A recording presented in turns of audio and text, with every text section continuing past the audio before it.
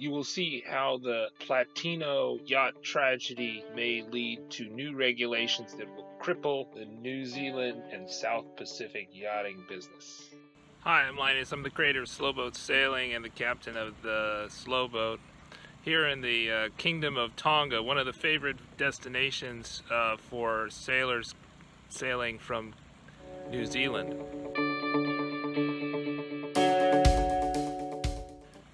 New regulations coming out of New Zealand Maritime and Yachting New Zealand may make it harder for New Zealand sailors to sail to places like Tonga and Fiji. They come in response to the yachting disaster of the sailing vessel Platino, a 20-meter or 66-foot sailing monohull. On that boat, 2 crew members died.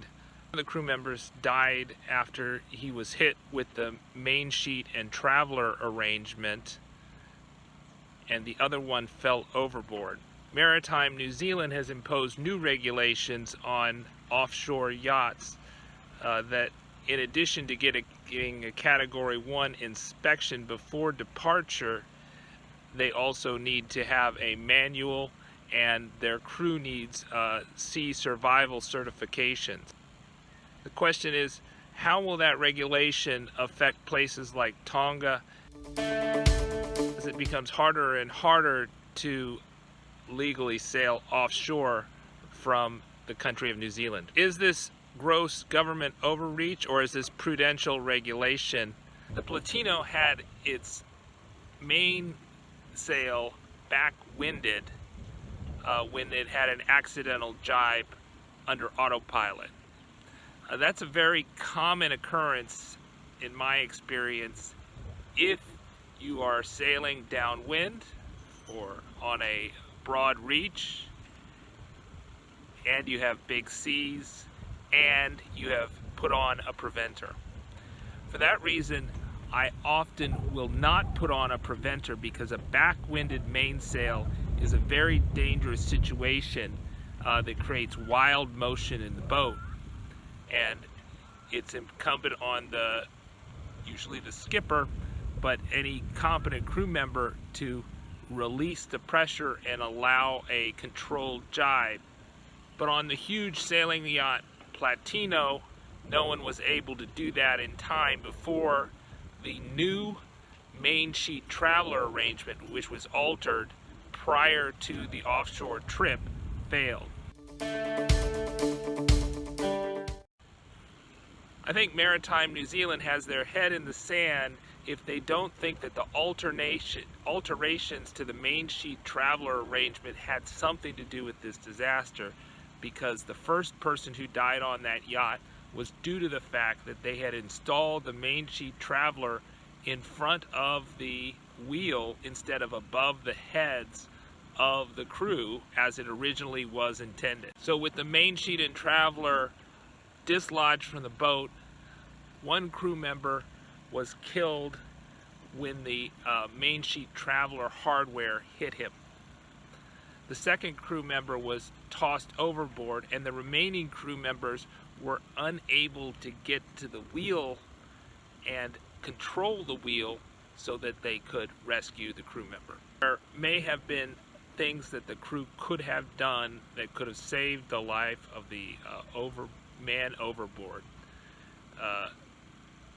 But it certainly seems to be a very odd situation where you have a pendulum of death swinging in front of the wheel that would make it a lot harder to run a man overboard drill.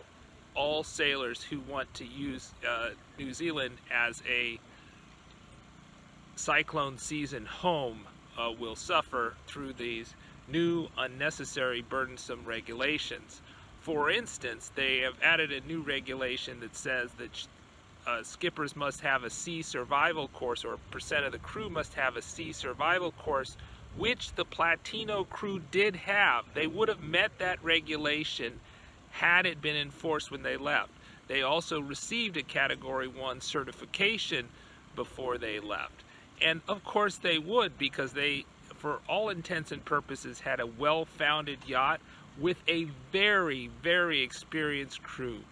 A skipper with tens of thousands of miles offshore, and every one of the crew members, every one of the 5 crew members, had an impressive sailing resume.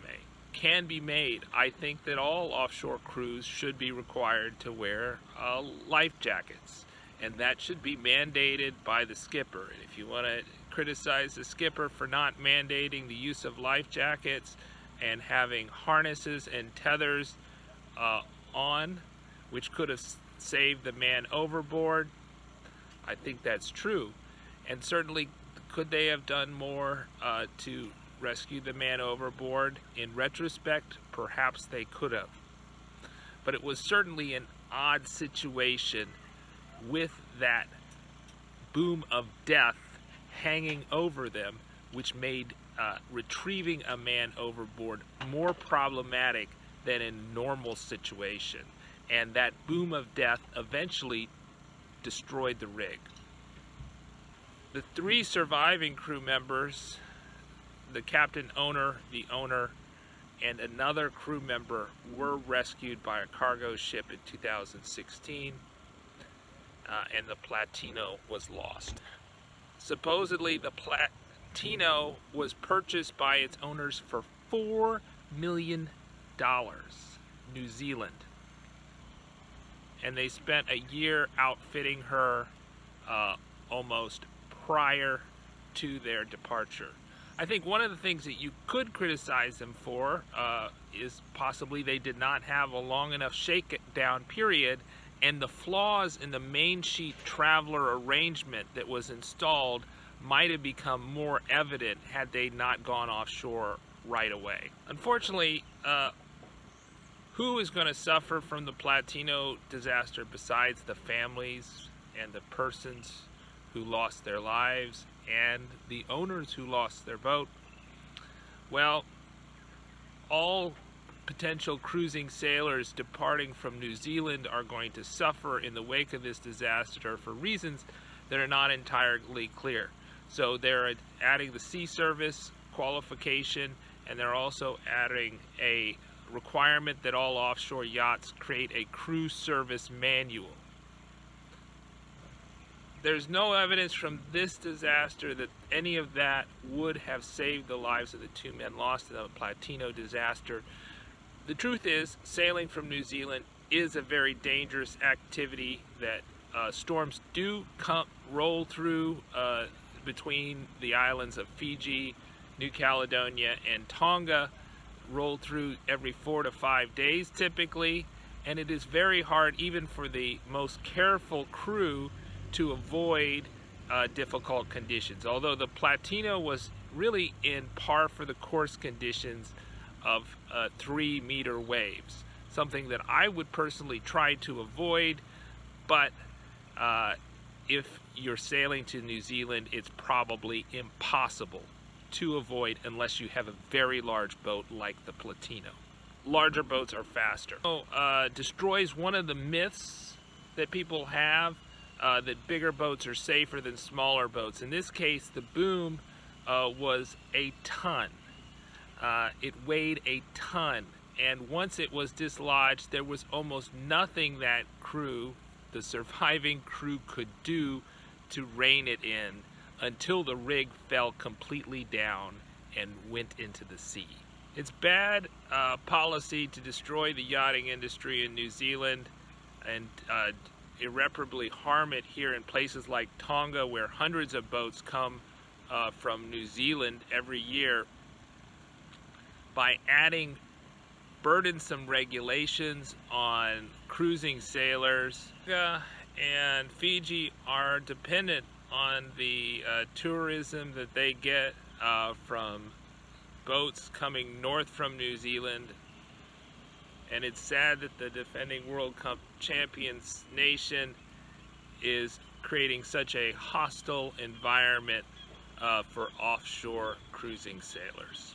What do you think about these Maritime New Zealand's new regulations and the existing Cat 1 regulations for New Zealand boats? There's some debate whether the new regulations will affect non-New Zealand registered boats or not. In the past, I've been told that the Cat 1 regulations have been interpreted by New Zealand courts to only apply to New Zealand registered boats. So tell me if that's fair. Do you think that should apply to all boats, since it affects the rescue resources of all New Zealand? Do you think that too many boats are going out unprepared? Do you think we should have the state decide who's ready to go offshore and who's not? Leave those in the comments. Boat sailing, we do round the world sailing vlogs where we sail from our home port at New Orleans. Sailing, we give you videos that help you go on the cruise of your dreams. We also profile the most interesting sailors in the world and give you the stories of the most interesting sailors in the world. Subscribe to Sailboat Sailing and hit the bell notification icon so you don't miss our next video. Mantis aimed to design the most reliable anchor ever made. Other anchors often cannot set in firm or grassy bottoms, endangering your safety. The Mantis frequently sets the first time, even in the most demanding situations. We sleep a lot easier using the Mantis anchor as our primary on the Sailboat. Get yours at mantisanchors.com or other fine retailers.